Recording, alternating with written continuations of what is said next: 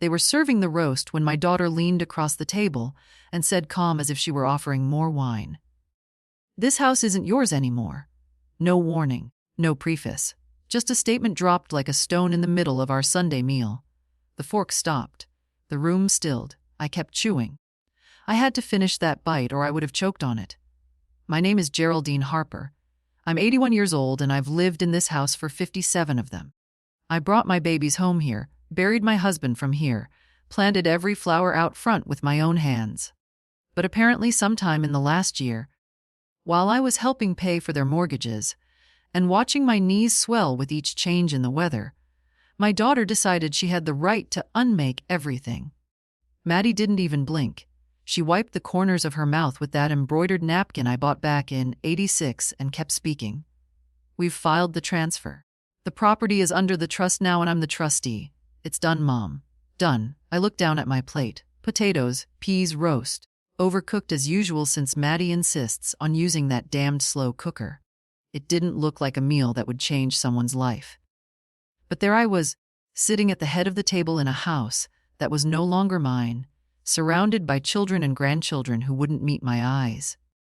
I took a sip of water. My hands didn't tremble. I've known tremors after Derek died, after the biopsy, after the fall on the front steps. But not now. "Did you say," I asked, my voice steady, "that you transferred ownership of this house without asking me?" Maddie sighed like I was a toddler being difficult at bedtime. "You signed the documents, remember? Last year, you said you trusted me to manage things. It's the same arrangement, just formalized."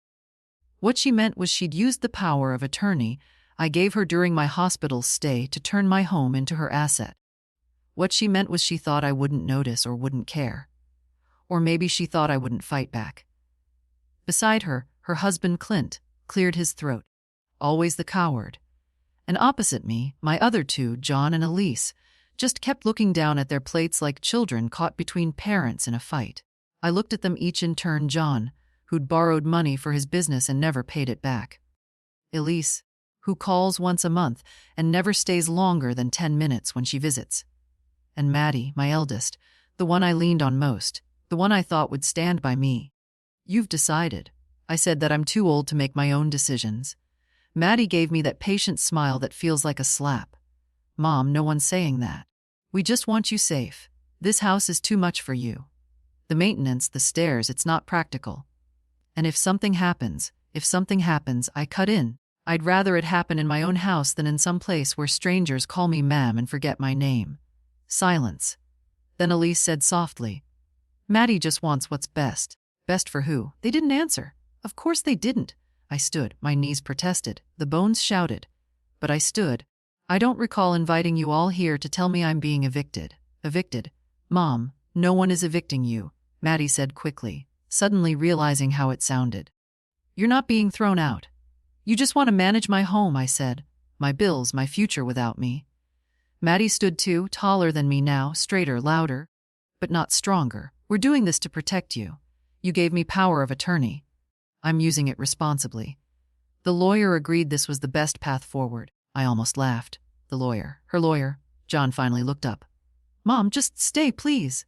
Let's not do this now. Let's not do this now." I nodded. "You're right, not now." I walked away from the table. No one followed. I heard the click of forks hesitantly picking up again. Heard the murmur of conversation trying to glue itself back together. But something had cracked in me. Not because of the house. I knew how to fight for what's mine. But because none of them, not one had said, "You're right, Mom. This is your home." Not one had asked if I was okay. Upstairs, I sat in the rocker Derek built for me on our 10th anniversary and stared out at the maple in the front yard. Autumn had started early this year. Leaves curling at the tips, gold and rust against a blue sky. I rocked forward once, then again. I wasn't angry, not yet. I was something colder, older. I didn't cry. Not for this. Downstairs, laughter started again. Someone turned on the record player. Elise's idea of ambiences. Music drifted up the stairs like a perfume I didn't wear anymore. "This house isn't yours anymore." I whispered the words once. Let them land in the room like she had dropped them in mine. Then I got up and went to my bedroom where the old safe was. I turned the combination by memory inside the deed, the originals, the ones she hadn't touched. I picked up the phone and dialed. "Jacob," I said when my lawyer answered. "It's Geraldine. I need to come in tomorrow early and bring everything." "Everything?" he asked. "Yes," I said, "and cancel the power of attorney immediately." I woke up before the sun. Not from pain, not from the usual ache in my hip that visits me most mornings like an old neighbor with bad news. No. This time it was my mind that pulled me from sleep. Sharp and cold like a wind through a cracked window. I lay in bed for a few minutes, staring at the ceiling fan, listening to the silence in the house that used to hum with children, dogs, creaking floorboards, radio music from the kitchen. Now it was just quiet, heavy, like a held breath. I rose slowly, careful with my joints, and padded to the bathroom in my slippers. The light above the mirror flickered before settling. I looked at myself.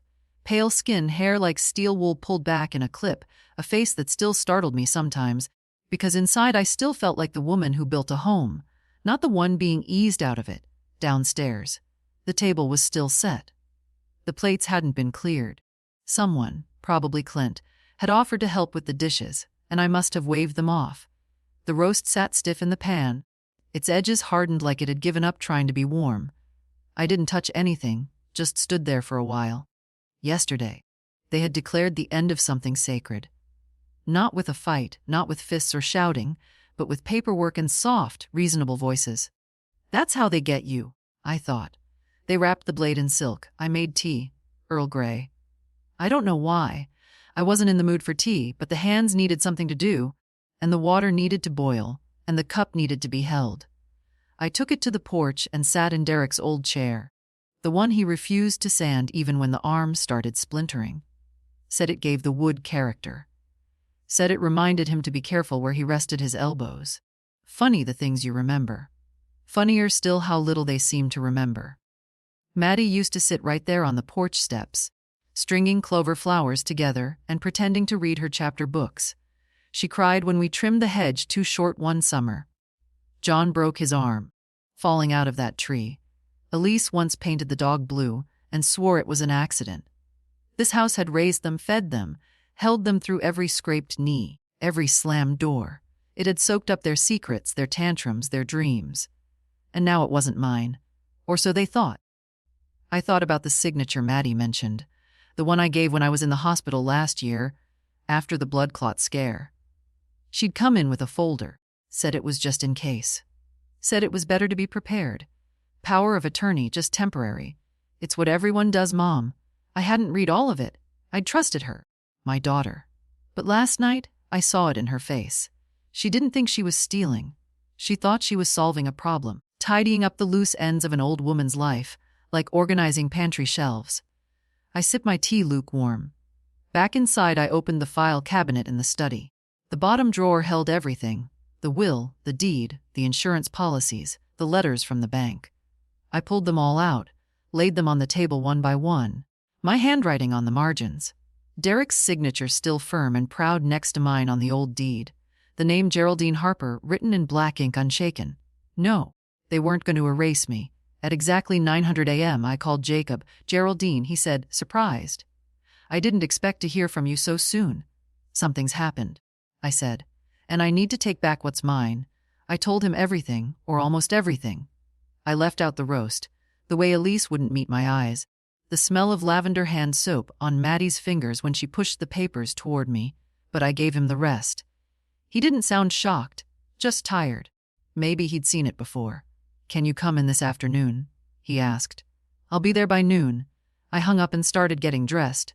No special outfit, just slacks and a warm blouse. But I took my time, ironed the collar, buttoned the cuffs. I wouldn't walk into that office like a confused old woman with a folder full of regrets. I would walk in like someone reclaiming her name. At 11:30, I drove myself into town. The car was old, but she still moved with dignity like me. Downtown was already buzzing with school traffic, leaf blowers, the clatter of deliveries. I parked near the courthouse and walked the rest of the way slowly, but without a cane. Not yet. Jacob's office was on the second floor of a narrow brick building with a chime that rang when you opened the door. The receptionist smiled. "Too bright, too young." "Harper," she said, "he's ready for you." Jacob stood when I entered. Still wore those vests like he was auditioning for a courtroom drama. still smelled faintly of pipe tobacco, though I knew he'd quit. He didn't waste time. We went over every document I brought, compared them to what had been filed through the trust, looked at timelines, signatures. "You're not out of options," he said finally. "But you need to act now. I'm ready. Revoking the power of attorney is the first step. We'll also need to reassert your full ownership in writing. Notify the county clerk. It may take a few days. Do it all." He looked at me over the rim of his glasses. "This will change things with your daughter. They've already changed." I signed where he told me. Initialed. Signed again. The pen didn't shake once. When I walked out into the sunlight, the wind was colder. The air smelled like the season turning. Something in me had turned with it. Not into anger, not yet, but something sharper than silence. Something my daughter hadn't counted on. At 8:02 the next morning, a white sheriff's vehicle pulled into my driveway. From the kitchen window, I saw it crawl up slow, deliberate, like someone coming to deliver bad news in person. The same car that came for my neighbor when her husband passed in his sleep.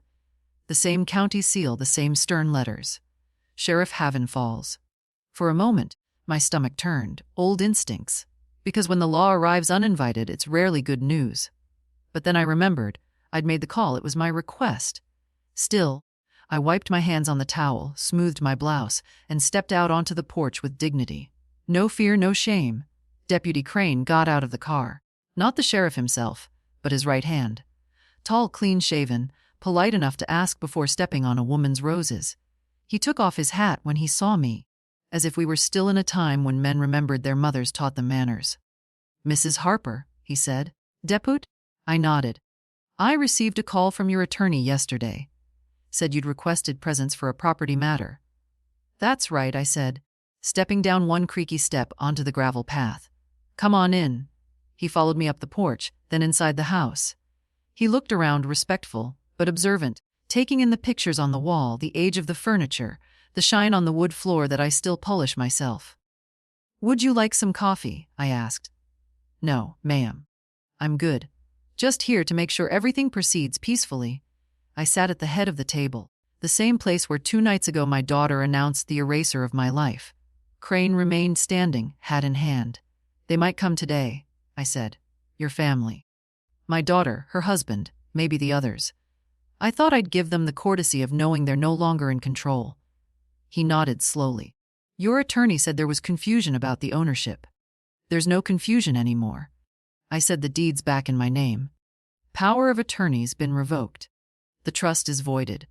My lawyer filed the paperwork yesterday with the county clerk." "I saw the notice," he said. "Just wanted to make sure you weren't under any threat." I looked him in the eye. "I am under threat from a razor from people who think age makes a woman invisible, but I won't let that stand." Crane cleared his throat, uncomfortable now. They never know what to do when an old woman speaks plainly. "Have you had any direct confrontation with them since?" "No, but it's Friday. She usually comes by to check on things." I let the words hang. I figured she'd bring more papers or a moving van. He nodded again.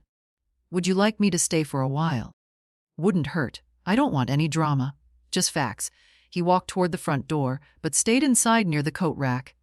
I returned to the kitchen, poured myself the rest of yesterday's coffee, cold and bitter like I preferred it. This morning at 8047, a familiar red SUV turned into the drive. Maddie. I watched her step out like she owned the gravel under her boots. Same stiff gait, same beige cardigan she always wears when she wants to look neutral. She didn't see the patrol car at first. She was holding a file folder, thick and smug looking. When she stepped onto the porch and finally noticed the uniformed man behind the screen, she faltered. "Mom," she called, squinting through the front door. "Is everything all right?" I met her there. I didn't open the screen yet. Let her see me fully before I gave her the floor. "I'm fine," I said. "This is Deputy Crane. He's here because I asked him to be." Her brows drew tight. "Why?" "Because the last time we talked you told me I didn't own my house." Maddie tried to smile. Small. Condescending. "That's not what I said. It's exactly what you said. And you came here with documents, expecting to enforce something that is no longer legal." She opened the folder. "These are copies, Mom. I brought them so you could read. I have read everything with Jacob. The documents you're holding were based on a revoked authority.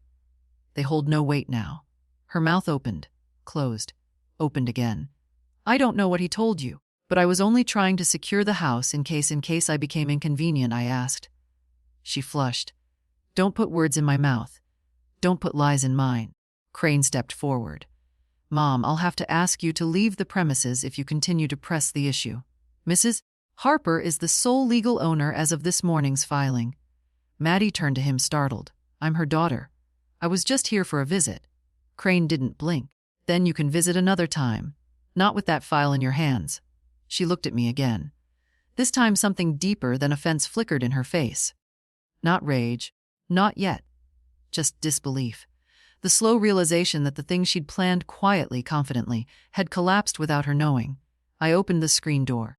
I'll let you know if I need help around the house, I said. But not before. Maddie didn't move for a long moment. Then she turned, walked back to her car, and drove off without another word.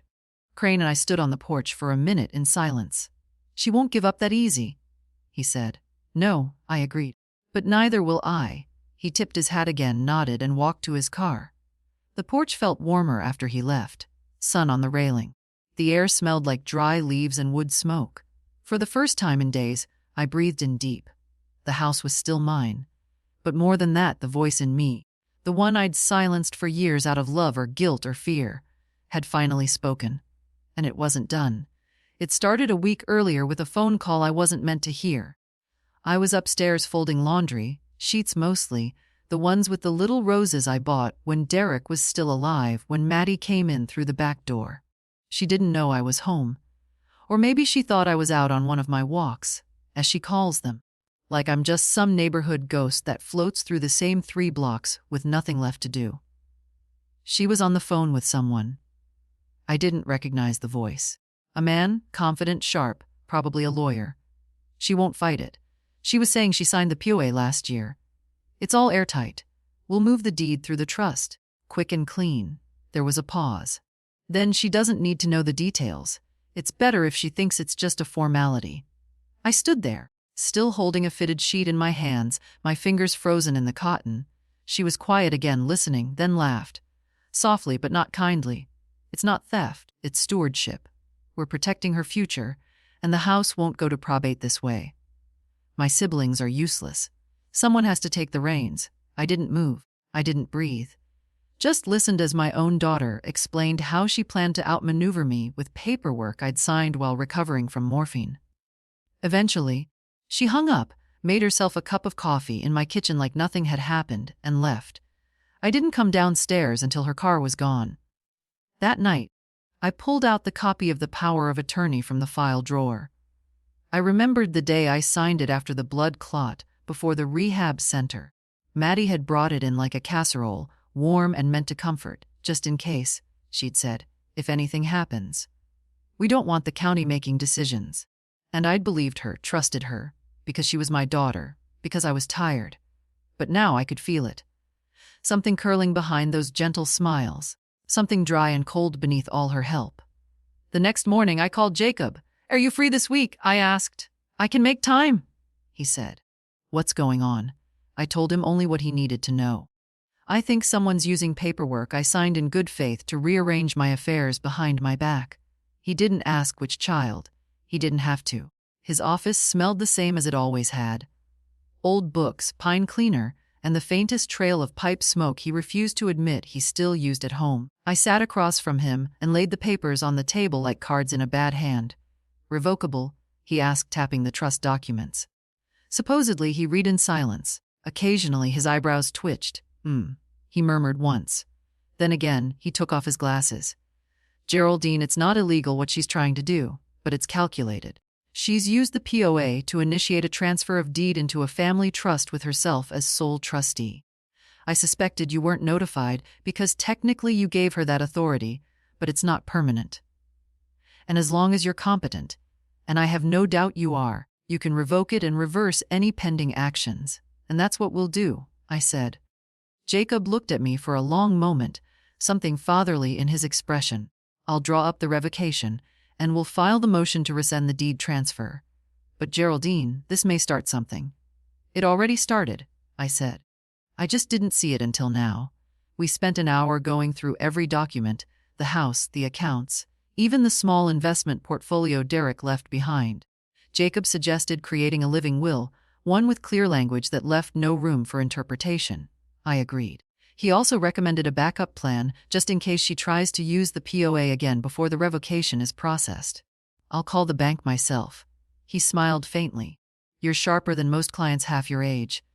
I didn't smile back. I've just been underestimated longer. That afternoon, I drove straight to the bank. Asked for Richard, my portfolio manager. Told him I wanted to freeze all scheduled transactions until further notice. Suspicious activity, I said. Family dispute. He didn't pry. I also asked him to prepare paperwork for a new trust, this time in my name with full control and the option to name a beneficiary outside of my children. Elisa's daughter, Haley, I said. She still comes by without asking for anything. She's the only one who asks how I am. We'll structure it accordingly, Richard said. I left the bank with a folder under my arm and something stronger in my chest. Not anger, not yet, but the thing that comes before the storm. Resolve. When I got home, the phone rang. Maddie. I let it go to voicemail. Her voice was bright. Hey, Mom. Just checking in. I thought we'd do a little family dinner next week. Sunday sound good.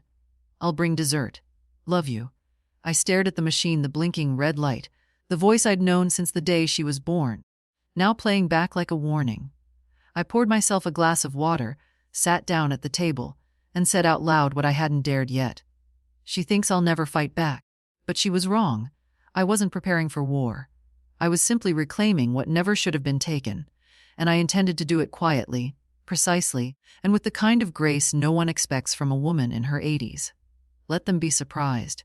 Let them underestimate me one more time. It would be the last. The call to the bank wasn't hard. It should have been. For most of my life, I'd avoided conflict the way others avoided debt collectors or wasps on the porch. But that morning the fear had dried up. What remained was something simpler, a clean, focused resolve. Richard answered on the third ring. He always did. Mrs. Harper, he said warmly. I was just about to reach out. We got the preliminary forms from your attorney this morning. Is everything all right?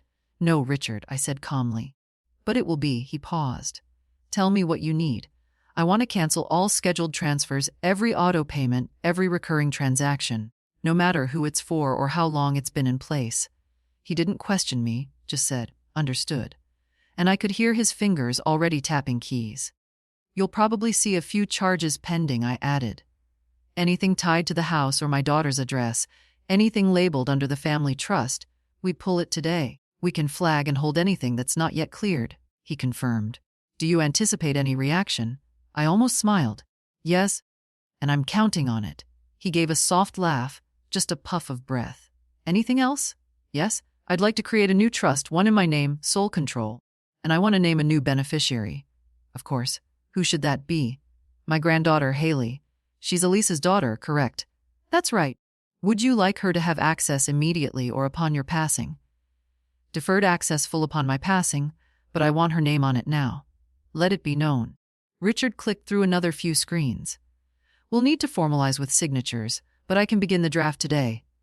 Do you want to earmark the funds now? Yes, I said. The same funds that were originally assigned to the family trust. Move every penny. A pause again. That's over 400 zalozen. I know exactly what it is. All right. You've got my full attention, Mrs. Harper. And if I may say so, it's a smart move. It's a necessary one. I thanked him, ended the call, and set the phone down next to my cold tea. Outside, the wind had picked up. I could hear the mailbox rattling on its hinge. A storm was coming. They'd said so on the radio, but I hadn't believed it. Now I could smell it in the air. I reached for the folder Jacob gave me. Inside was the new revocation document for the power of attorney. My signature already on the bottom in black ink. No tremble, no hesitation. By the end of the day, Maddie would find out that the money was gone, the trust dismantled, and her legal footing stripped out from beneath her. She'd call. She'd arrive. She'd say I was confused, manipulated, fragile. She'd use every word in her playbook except the one that mattered. Wrong. I stood and moved to the front window. The house creaked a little in the wind. Same old bones. It had been mine for nearly 6 decades, and I'd be damned if I let someone take it by slipping papers under my nose when I wasn't looking. Haley had texted me the night before. Grandma, can I bring you cookies this week? Maybe Sunday, I miss you. I replied only yes, and bring your appetite, I'll make the lemon bars. No one else in this family had asked me what I wanted in months, maybe years. I turned from the window, walked to the kitchen, and opened the recipe drawer. Lemon bars. Yes, and roast, but done right this time. If this storm was coming, I'd greet it on my feet with my hands in flour and my name back where it belonged. The next morning, I sat at the dining table with a stack of old bank statements, a yellow notepad, and my reading glasses that never seemed strong enough for the fine print. The ledger I kept for house expenses was neat, but this time I wanted more than neat. I wanted clarity, I wanted truth. I started at the beginning, not of my life, but of theirs. First was Maddie, my oldest. The one who used to write me poems on construction paper, fold them into hearts, and leave them on my pillow. Somewhere between braces in law school, those poems turned into itemized requests. 2011 tuition deposit when her scholarship fell through, 4,000 Lozen. 2013 wedding dress because she said she couldn't ask Clint's family for help, 2,800. 215 IVF treatment, 16,000. A quiet favor I never told anyone about, 2018. Down payment on the house she said they'd grow old in, a 38,000. Then came John, my sweet boy, who never quite landed. 2009, business venture with a college friend. 2,500. 2012, DUI legal fees. I didn't even hesitate. 200. 2014, just until I'm back on my feet. 500 here and 800 there. I stopped adding after 10. The Lausern. 2020, rent for 3 months when he was out of work. 600. And Elise, my youngest, always so independent. Or at least that's what I wanted to believe. 2010, new car after hers was totaled. 900. 2016, private kindergarten for Haley, only for the first year, mom, 7,800. 2019, roof repairs. We'll pay you back in full. They didn't. 5 doors, 400, line after line, check after check. I wrote them down. Not because I wanted revenge. Not even because I wanted the money back, but because I needed to see it. I needed to witness my own generosity. Something they had come to treat like a silent subscription. A tap that never ran dry. I sipped coffee gone cold and looked at the total I'd scrolled at the bottom of the page. 123, though, 540, and that wasn't even counting the groceries. The birthday parties I covered, the hospital bills I paid without ever putting my name on them, or the inheritance I never touched after Derek died, because I thought they might need it more than I would. What a strange thing to see your love measured in numbers, in transfers and deposits, in checks that never came back. But even stranger was the silence. Not once had any of them sat down across from me and asked, "Do you have enough?" Not once had anyone said, "Let us cover this." Not once had I been offered help with the gutters, the groceries, or even the new mattress I desperately needed last spring when my back screamed through every night. I had been their safety net, their invisible support beam, and they had mistaken my quiet for approval. I opened the envelope from the bank that Richard had mailed overnight. Inside were the temporary credentials for the new trust account. Haley's name sat printed below mine in crisp, perfect ink. It felt like an anchor, something rooted, something that couldn't be easily lifted or undone. Haley, the one who still asked me how I slept, who noticed when I wore earrings, who didn't reach for her phone during dinner. She was 21 and had more decency than her mother did at 48. I folded the papers and placed them in my desk drawer. Then I went to the living room, looked at the family portraits on the wall, and slowly took them down, one by one. Not out of spite, but because it was time to see the house as mine again. The walls didn't need reminders of who hadn't called in weeks. They needed light, maybe new paint, maybe curtains that didn't sag at the corners. I boxed the photos gently, wrapped the glass in tissue, set them aside in the hall closet. Later, I'd sort them by what to keep, what to pass on, and what no longer needed to be in view. This wasn't a purge. It was a restoration. I pulled out a fresh page from the yellow pad, wrote at the top in block letters, things to do for me, new mattress.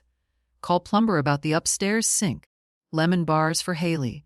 Dinner with Lorraine next Thursday. Paint the front door red like it used to be. There was something comforting in the list. Not urgent, not desperate, just mine. Outside, the mail truck slowed near my gate. I saw the carrier place something thick into the box. Another legal envelope, most likely. Perhaps Maddie had finally noticed the withdrawals. Perhaps John had received the overdraft alert. They'd come running soon. But I wouldn't be waiting at the door.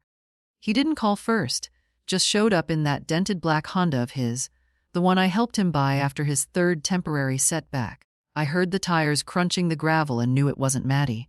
She parks like a lawyer, precise to the inch. John always lands sideways. I stayed at the kitchen sink, rinsing mugs I'd already cleaned twice. Let him knock once, twice before I answered. He didn't wait for me to invite him in. "Mom," he said, stepping past the threshold. "We needed to talk." He looked older than I remembered, his face tired, jaw unshaven, a hollow around his eyes like he hadn't slept. I wondered briefly if he was hungover or just panicked. "I heard from Maddie," he said, pacing the entryway like he used to when he got caught lying as a teenager. "She says you've counted the trust and moved the money." I didn't speak. Let the silence sit. Let it stretch. "She's freaking out," he added. "Said the house deed was revoked, that the sheriff was here." I dried my hands with a towel and turned to him. All true. His mouth opened like he expected me to explain. When I didn't, the irritation crept in. "Why?" he demanded. "Why would you do that without telling us?" I tilted my head. "Did you tell me before you let Maddie take over my property?" He flinched just slightly. "She was just trying to help. We all agreed it was time to make things easier." "Easier for who?" He threw his arms up. "For everyone, for you. You're getting older. What if something happens? What if you fall down the stairs or forget the stove's on? I've been falling and getting up since before you were born, John." He groaned, turned away. "This isn't about pride, Mom. This is about logic, planning." "No, John, it's about ownership, about control. About the fact that your sister used a legal document. She tricked me into signing to remove me from my own house." He looked at me then, really looked, and I saw it. Not understanding, not remorse, just discomfort. "A boy caught between loyalty and convenience," she said. "You've been acting erratic." I laughed, not loudly, just once. Like a cough. Of course she did. "She said you're cutting everyone off, that you're being manipulated, that maybe Haley or someone." "I made every decision on my own," I interrupted. "And for the first time in years, they were for me." John shifted his weight. "But what about the rest of us? I mean, we've relied on that help. I've relied on you. And have you ever asked what I rely on?" He blinked. I stepped closer slowly until we were almost face to face. "Have you ever asked how I sleep at night? How much my medication costs? Whether the furnace still rattles in December?" "No, you just show up when you need something." "That's not true." "It is," I said gently, like correcting a child. "And I let it happen for years. Because I loved you. Because I thought if I gave enough, you'd give back." He looked down at his shoes, the floor, anywhere but at me. "You're my son," I said. "And I'm still your mother. But I won't be your wallet, or your backup plan, or the old woman you forget until your account balance dips below zero." He swallowed. "So what? This is it? You're cutting us off." "No," I said, "I'm restoring balance. You all are grown. Time to live like it." John was silent. His shoulders slumped. "Not from understanding." "Does Haley know?" He asked finally, bitterness leaking in. "That she's the favorite now." "She knows. I trust her. That's all." He nodded slowly. Jaw clenched. "I should have seen this coming," he muttered. "Maddie said you'd turn on us." "No," I said, "you turned from me." I just finally stopped pretending not to notice. He walked to the door, paused with his hand on the knob. "If things get worse," he said, not looking back, "don't expect anyone to come running." I let that sit a moment. "Then that's the first honest thing you've said all morning." He left. Didn't slam the door, but didn't close it gently either. I stood there alone in the quiet house, the air thick like after a storm that didn't bring rain. No tears came, I was past tears. What sat in me now was a calm refusal. No more silent giving. No more shrinking for the sake of peace. Let the house echo. Let the doors close behind them. I was still standing, and I would stay standing. She didn't even have the decency to come alone. At 10 to 15 that morning, I looked up from pruning the ivy along the front porch and saw her car pulling into the driveway again. But this time, there was a second vehicle behind it. Sleek. White, too clean for our road. A Lexus, likely a lease. Realtor's car, I thought. And I was right. Maddie stepped out first, hair pinned tight. Her walk clipped and brisk. She wore that blazer she saves for deals, the kind meant to signal authority. She didn't glance at me, just walked around the car and opened the passenger door like she was unveiling a surprise. A tall man emerged, mid-40s, slim, with a tablet in one hand and sunglasses he didn't bother removing. He scanned the property like it belonged to him. That was my first clue. He didn't know yet. I didn't move. Just stood there in my garden gloves, still holding the shears. "Mom," Maddie said, finally acknowledging me with a tight smile. "We have a showing appointment, just an initial consultation." "A showing," I repeated. "Don't worry, nothing's being signed yet. We're just getting a feel for things. Square footage condition, it's standard." I said nothing. She gestured to the man beside her. "This is Brian Morgan from Longleaf Really." Brian extended a hand, polite, but already distracted, tapping something into his tablet. "Pleasure to meet you, Mrs. Harper." "Beautiful place, classic bones." I didn't take his hand. Instead, I looked at Maddie. "You didn't call first." "There wasn't time," she said quickly. "There's a seller's market right now. We can't miss the window. And you thought the house was still yours to sell." Brian glanced between us, the air shifting. "I still have the original trust paperwork," she added, stepping forward. "I'm not trying to start a fight, Mom. But if you make this harder than it needs to be, it could get ugly for everyone." I turned and walked toward the porch, calm, slow, letting the silence stretch. Then I opened the screen door and pointed to the envelope on the side table inside. "County clerk's copy," I said. "Filed 4 days ago. Deed re-registered in my name. Your trust is void and your power of attorney," I added, "is no longer valid." Maddie froze.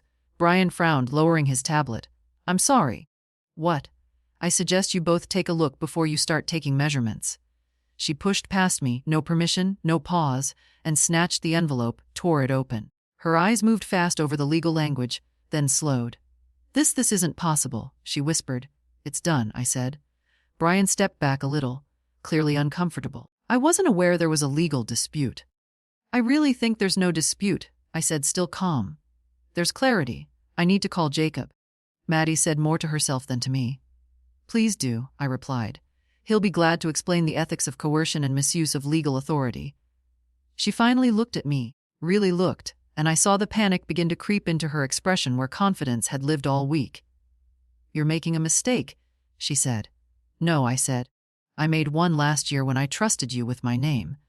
Brian was already edging toward his car. "I think I'll give you ladies some privacy. Let me know if things get resolved."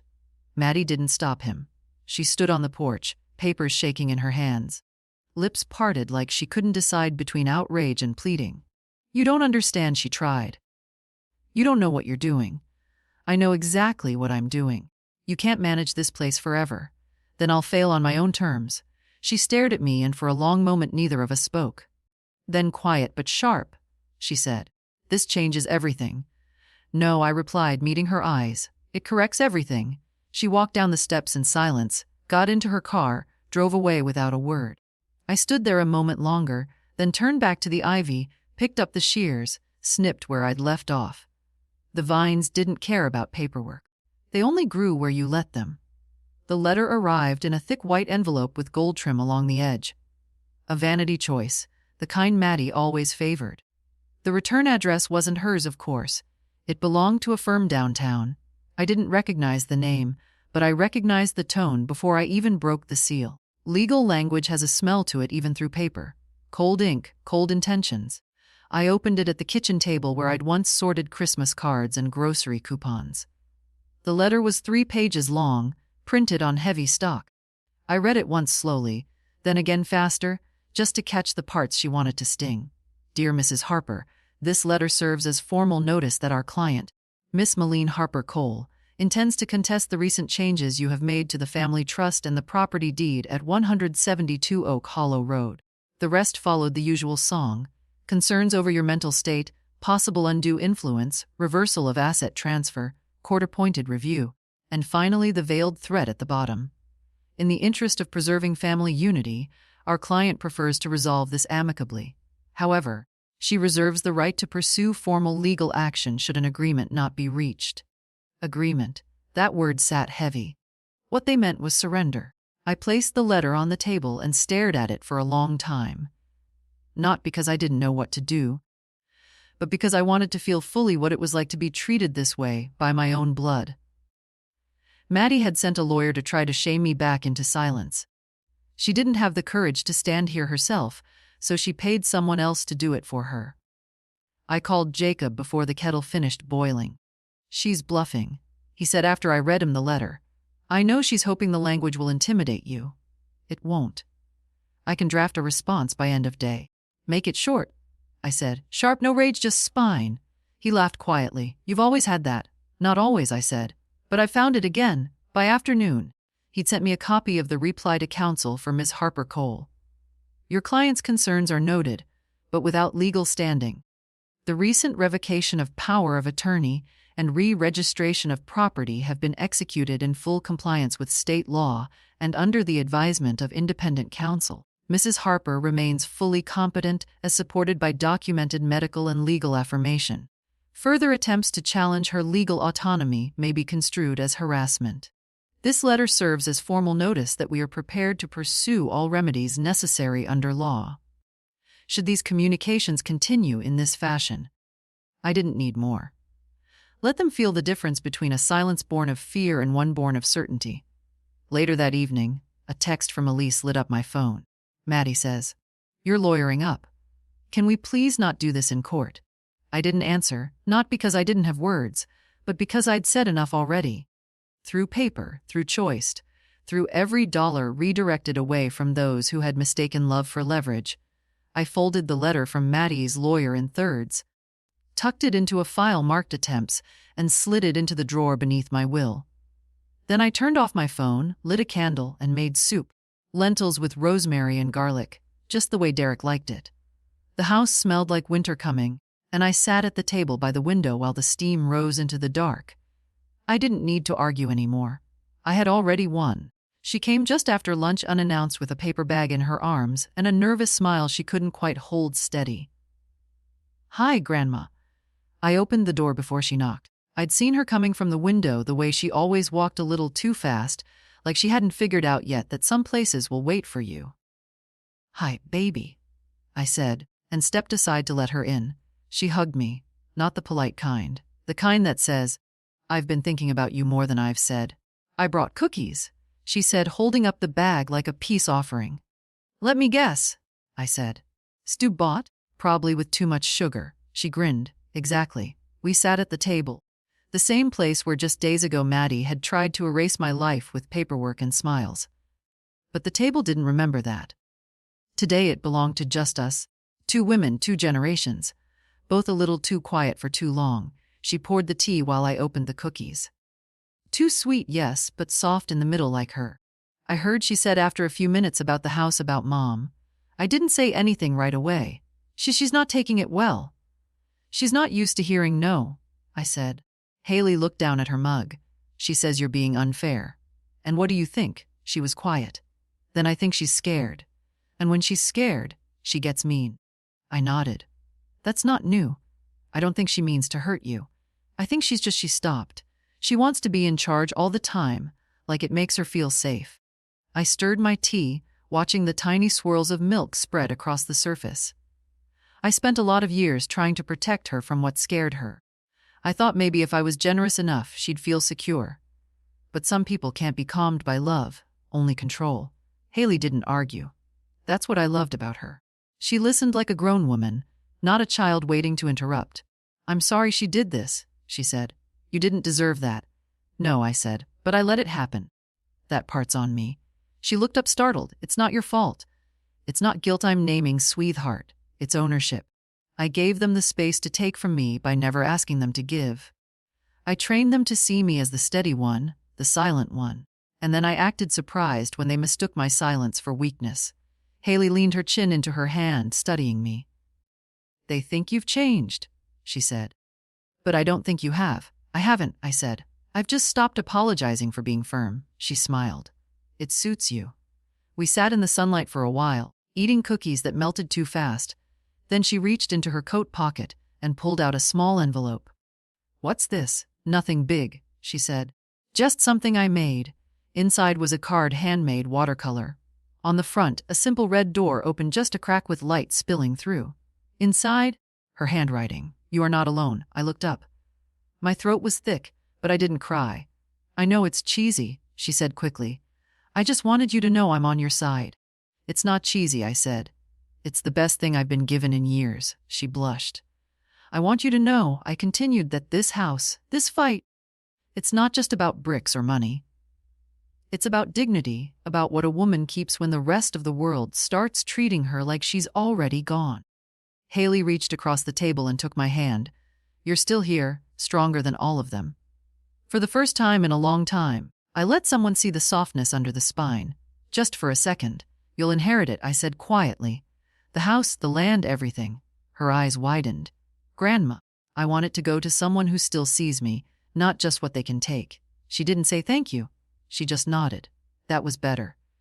When she left, she kissed my cheek and promised to come back next Sunday. Bring something salty, I told her. Enough of this sugar. The door closed behind her with a gentle thud. I stood there a long time holding the card. I'd been holding up the roof for so long, I forgot what it felt like to be held. She reminded me. The envelope was plain, no return address. Just my name in Elisa's handwriting. A little more hurried than I remembered, like she wasn't sure if she should be writing at all. It came 3 days after Haley's visit. No text to say it was on the way. No warning, just a quiet thing slipped between bills and a grocery circular. I sat at the table, opened it with the same butter knife I use for jam, and unfolded the single sheet inside, ink slightly smudged in the corners. No heading, no date, just words. Mom, I don't know how to start this without making things worse. So, I'll just start. I'm not writing to defend Maddie or John or even myself. I want to understand what happened. I've been thinking a lot about that dinner, about the way you looked at us. Like you didn't recognize who we'd become. Maybe you were right not to. I didn't know about the papers Maddie filed until after. She told me it was a formality. Said you'd agreed. I should have asked more questions. But the truth is, I didn't want to know. Not really. Because if I knew, then I'd have to admit that we've been using you. There's no easy way to say it. We took and you gave always without asking. Without and that kind of giving, it fools everyone. It makes us believe you're endless. I never meant to treat you like an obligation or a solution. But I think I did. I think we all did. I guess I just thought you'd always be the one who held everything together, that you'd never push back. So when you did, it scared us. I'm not angry at you. I'm ashamed of myself. I don't expect forgiveness. I don't even expect answer. I just wanted you to know I see it now. I see you. Love, Elise. I read it once, then again. Not because I didn't understand it the first time, but because there was something fragile in it, something that deserved to be heard more than once. Not an apology exactly, but an unsealing. I folded the letter and set it on the table beside Haley's card. 2 pieces of paper, 2 women on either side of me. One young enough to still believe in beginnings, one old enough to finally admit to the middle. Elise had always been the quiet one, the one who drifted between other people's choices. She never argued, but she also never stayed long. 10-minute visits, short calls, a voice that rarely asked, "And how are you, Mom?" But the letter, that was something else. A voice not calling to fix or to smooth or to claim, just to say, I looked away and I was wrong. I didn't cry, but my chest ached a little. That's how real things feel when you've grown used to distance. Not like pain, like recognition. I didn't write back. Not yet. Instead, I set the kettle on, took out the good tea, the one I save for guests who know how to sit in silence, and brought a chair out to the porch. The house was quiet, but not empty. And for once the quiet felt earned. Maybe one day she'll come in person. Maybe not. But that letter was a door creaking open, and I had time for now. I let the wind move through the ivy, let the old boards creak under my chair, and held Elisa's letter in my lap like a memory that had finally stopped hiding. The notary's office was tucked behind the pharmacy downtown in a small beige building with no sign except the name in faded gold lettering on the glass. Marlene E. Tate, Notary Public and Document Services. I'd been there before, years ago, when Derek and I updated our will after John's second bankruptcy. Back then, it felt like insurance, something you hope never gets used. This time, it felt different, like locking a door you already knew someone had tried to force open. I parked across the street in the same spot I always did. Fed the meter. Checked my purse twice even though I already knew the papers were in there. Clipped neatly in a manila folder with my name written across the tab in my own hand. Inside the office smelled like old carpet and lemon cleaner. Marlene hadn't changed much. Her hair was still pulled back tight in that braid. Silver running through the black now. She looked up from her desk and smiled when she saw me. "Geraldine," she said. "Still sharp as ever, I see. And on time," I said, lowering myself into the chair across from her. She adjusted her glasses. Jacob called ahead. Said this was urgent, but not rushed. That's a fair way to put it. I handed her the folder. Inside were the final versions of everything Jacob and I had worked through, the rescinded trust, the new deed title in my name only, the asset protection clause, and most importantly, the new will. Haley was listed clearly with full inheritance of the house and land. The language was tight, no loopholes, no room for interpretation. Maddie, John, and Elise were listed too, but as acknowledgments. No disputes, no entitlements. "Would you like me to read it aloud?" she asked. "No," I said. "I've read it enough. Let's just make it official." She laid each document in front of me one by one, her voice steady, her fingers precise. I signed slowly but without hesitation. My hand didn't shake once. When it was done, she sealed the final page with her stamp and slid everything back into the folder. "Well," she said, tapping the table once gently. "That's yours now." Ironclad. I exhaled through my nose, not relief. Something firmer, like setting something heavy down, knowing it won't be moved again. "Thank you, Marlene. You did the right thing." "You know, I did the necessary thing." She gave a small nod. "They won't like it?" "They already don't." "Does that bother you?" "No," I said, "it used to. Now it just reminds me I still have something worth protecting." I stood. She offered to walk me out, but I waved her off. Outside, the sun was higher than I expected. The wind warmer. October, but not quite cold yet. Transitional weather, the kind that fools people into forgetting that change is coming. I placed the folder on the passenger seat beside me carefully, like it was something alive. On the way home, I stopped at the bakery, bought myself a small peach tart, just one. The kind I never let myself get because I was always buying in dozens for birthdays, for visits, for Maddie's charity events, for John's. Just something sweet. "Mom, this one was for me." Back at the house, I changed into my softest sweater, made a fresh cup of tea, and sat on the back porch. The kind of day I used to reserve for when everything calms down. But now I knew peace isn't what comes after the noise. Peace is what you claim deliberately when you've had enough of being quiet for other people's comfort. I placed the folder in the cedar box under the floorboard in the study, the one Derek built himself back when safes were for banks, not homes. It clicked shut with a low sound, deep and final. The house was still, the kind of stillness that comes not from absence, but from presence. My presence. No paperwork would change that now. I sat down at the kitchen table and looked at the chair across from me. No one in it. And for once, I didn't feel the need to fill it. They would keep trying, I suspected, in small ways. Phone calls dipped in sugar, sudden visits. A "how are you" wrapped around a new request. But the difference now was mine. I could say no without guilt, without fear.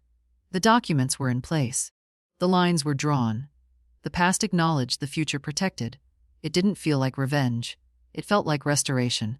And that was enough. She came just before dusk when the light thins and everything outside looks like it's remembering something. No warning this time, no lawyer, no folder of papers. Just Maddie standing at the foot of my porch steps, in a coat too thin for the season and eyes that flicked between the windows like she was looking for someone to blame. I watched from inside, didn't move to greet her. Eventually she knocked. 3 short taps, not hesitant, not quite bold. I opened the door and leaned against the frame. "Maddie, Mom." A pause. The air smelled like wood smoke and leaves. The kind of night that used to mean cider on the stove and laughter through the screen door. Tonight there was only silence. "Can we talk?" she asked. I stepped aside but didn't invite her in. Let her choose whether to cross the line herself. She did, slow, careful, like the house might shift under her feet. We stood in the hallway. I didn't offer her tea. She looked around like a stranger. Her eyes paused on the bare walls where family pictures used to hang.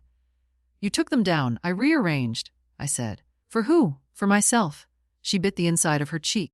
A nervous habit she's had since she was a girl. For a moment, I saw her at 12 again. The day she broke the neighbor's window and came home with a lie in her throat. "I read your lawyer's response," she said. "You didn't have to make it so final." "I did. I was trying to do the right thing, Mom." "No," I said calmly. "You were trying to do the convenient thing for you." She stiffened. "You make it sound like I'm some kind of thief." I make it sound like you used legal means to take what wasn't yours to control. Because that's what you did. She looked down at her hands. No rings today. No watch. Nothing to fidget with but the edge of her sleeve. You didn't even talk to me first, she said. I talked to you plenty. You didn't listen. She inhaled sharply. I was protecting the family, the house, our legacy. Then why did I have to bring in the sheriff to protect myself? That landed. She didn't flinch, but her eyes closed for a second longer than a blink. I didn't think you'd fight back. I know. I thought you'd let me handle things like you always did. I did handle things. You just didn't like how. She looked at me again, and this time I saw it. Not rage, not panic, not even shame, just confusion. The dull ache of a woman who's realized her grip no longer holds. You didn't used to be like this, she said. No, I said. I used to make it easy for you to ignore me. She sat down on the bench by the front window, not because I told her to, because her legs looked unsteady. I don't know how to be your daughter anymore. You could start by not trying to be my manager. She gave a dry laugh. I never thought I'd be the villain in your story. You're not a villain, I said. You're just someone who thought I'd stay small. We sat like that for a while. Her staring out at the yard. Me leaning on the frame of the open doorway. The sun slipped low, coloring the edge of the sky with that deep orange that always made the trees look like they were on fire. It was quiet. Finally, she asked, "Do you still love me?" The question didn't surprise me, but it still caught in my chest. Yes, I said, but love doesn't mean I owe you silence. She nodded slowly, then stood. I'm not going to fight you in court, she said. I don't have it in me. That's good, I said, because I'd win. That earned the faintest smile from her, just a twitch at the edge. At the door, she turned back. Is there anything left for me in this house? I held her gaze. Respect the boundary, I said. Maybe one day there will be. She nodded, didn't argue, didn't apologize either. When the door closed behind her, I didn't feel triumphant. I felt steady, rooted. The kind of stillness that comes not from winning, but from no longer being at someone else's mercy. Outside, the wind picked up. Dry leaves skittered across the porch. Inside, the house remained mine, and that finally was enough. The morning came quiet. No calls, no knocking. No envelopes slipped through the mail slot like threats disguised as paperwork. Just the sound of the kettle, the low creak of the old floorboards, and the soft hum of wind moving through the trees beyond the back porch. It was the first morning in weeks that didn't feel like it belonged to someone else. I took my time with the tea. Real leaves, not the bagged kind. Let it steep the full 5 minutes. Sat at the kitchen table with the cup in both hands, feeling the heat work into my knuckles. The ache was still there. Age doesn't negotiate, but it wasn't sharp. It just reminded me I was still here. I watched the light change in the dining room, the way it always slid across the floor from east to west, touching each of the planks Derek laid down himself back in '72. Some of them creaked now. Some had small cracks, but they held. Everything in this house had held. After breakfast, I opened the windows, let the fresh air in. October was shedding its sweetness. The wind smelled like dirt and dry bark. The garden was mostly bare now, except for the stubborn rosemary and the last of the climbing ivy. I trimmed the ivy back a little. Not much. Just enough to keep it from overtaking the edge of the porch. There's a difference between letting something grow and letting it take over. I'd learned that lesson late, but not too late. Inside, I dusted the mantel, rearranged the few things I still kept there, the photo of Derek in uniform, the ceramic owl Haley made in 4th grade, the brass candlesticks I never lit anymore. The walls were bare now, and I liked them that way. They felt honest. I spent the afternoon in the sewing room, not sewing.